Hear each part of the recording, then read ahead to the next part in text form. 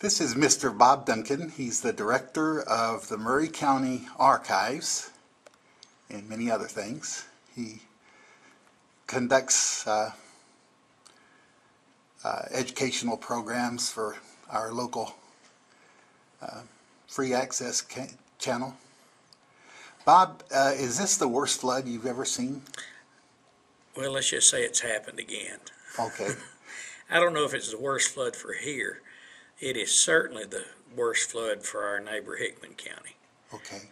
I heard this morning that the lower Duck River is 12 feet above the record level. That's deep water. Here we didn't get quite it. We got a lot of rain, but we didn't get quite as much as they did. So it gets worse downriver. Yeah, usually. yeah, oh yeah, much worse. Here it's not too terribly bad. It hadn't been to the disaster down there. Not many people have lost power. Not too many homes are in the floodplain. So there's been not much deep disposition. Been a lot of basements full of water. Yeah. And a lot of people got water in their houses just simply because it rained so hard so fast. But overall, we've been very fortunate. Do you know what the biggest flood was here in Murray County? Probably the 1948 flood was the biggest. That was long before they built Normandy Dam upriver.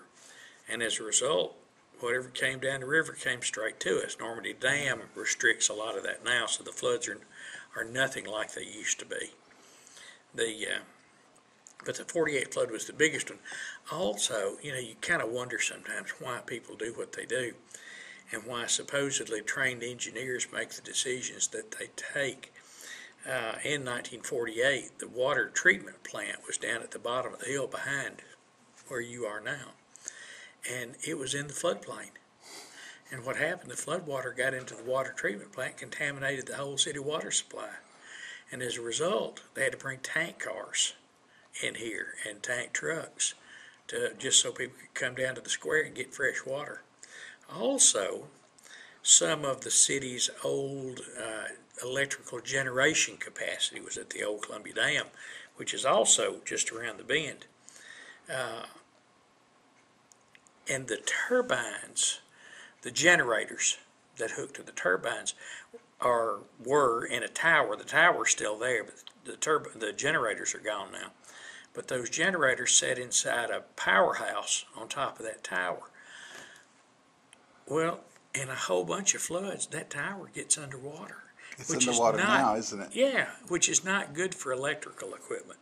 And you wonder why back then couldn't they figure, we got to build this thing tall enough to get the electrical generators out of the water.